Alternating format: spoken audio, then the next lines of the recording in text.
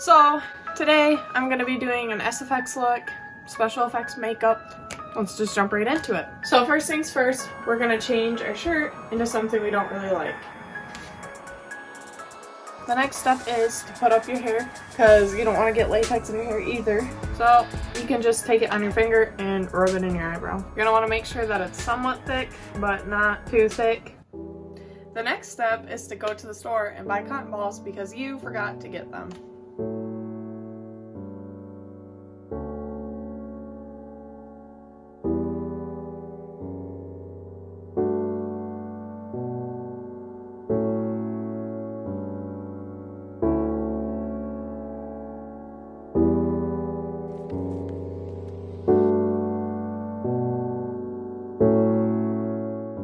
So to get started, some things you'll need are some cotton balls, liquid latex, a plate, and some of these things, makeup sponges, and probably some other stuff, but I'll show you that.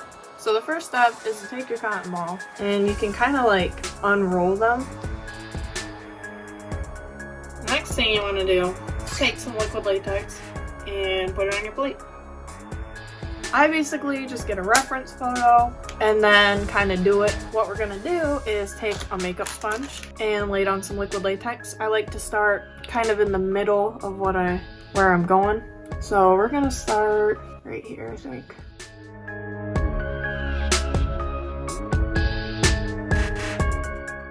I just thought about this as I was doing it. If you're working anywhere close to your eye, you want to be very careful to not get liquid latex in your eye. I feel like that's kind of a no-brainer, but I just wanted to say that, I guess. Okay, back to what we were doing.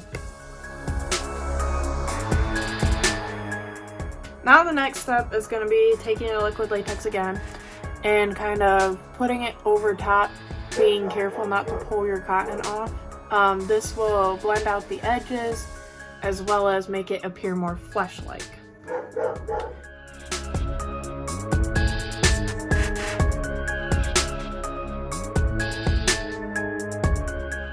Now that your edges are all blended, you want to repeat the process on the other side, blending lightly on the inside so that it stays kind of up.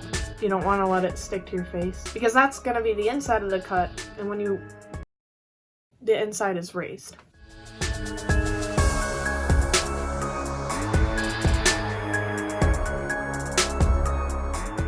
Now we have to let the latex dry.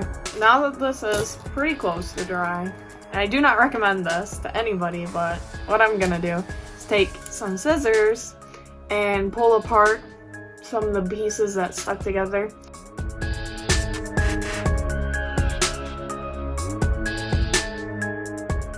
So what we're gonna do is powder the look. The cheapest thing to use is actually just baking flour.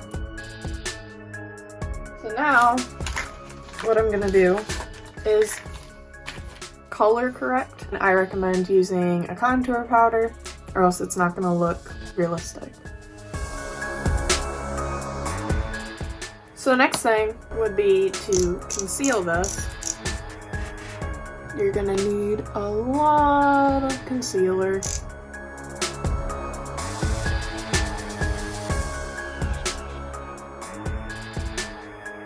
So now we gotta blend all this out. To do that, I'm gonna use another makeup sponge.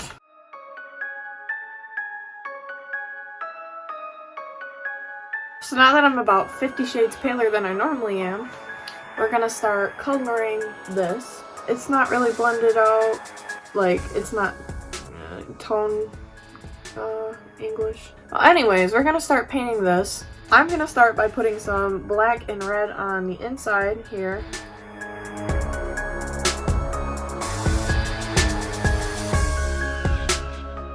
So now that the inside is painted, I'm going to take the sponge that we used to conceal and I'm going to rip up the end to add a texture to the outside of the wound.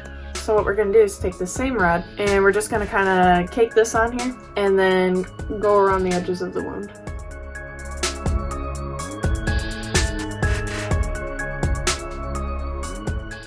So now I'm using the leftover black on the brush to kind of paint the inside of the flaps Now that your skin is all red and messed up and gross, what you're gonna wanna do is take some scab blood and you're gonna wanna put it inside. It'll help add texture.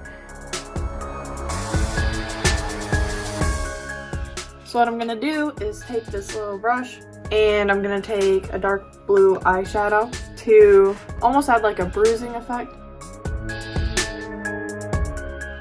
I'm gonna use this red again to help blend the blue. Also gonna be adding blood to the edges of the cut here and kind of getting it all over. Still being very cautious of my eyeball.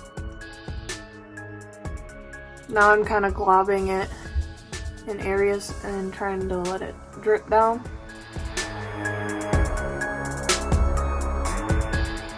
If you get blood on your fingers, you can kind of just rub it wherever. Put some blood on your hand, go like that. The look is finished, so we're gonna do some pictures.